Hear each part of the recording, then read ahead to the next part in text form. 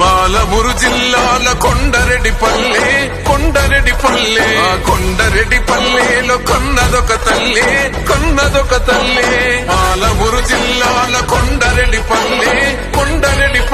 ఆ కొండరెడ్డిపల్లెలో కొన్నదొక తల్లి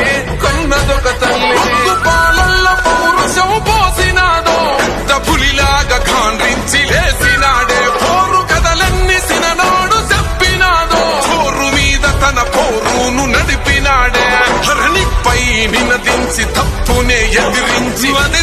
బెదిరించి నిలదీసినాడే రంగులు అద్దిన సేతితోనే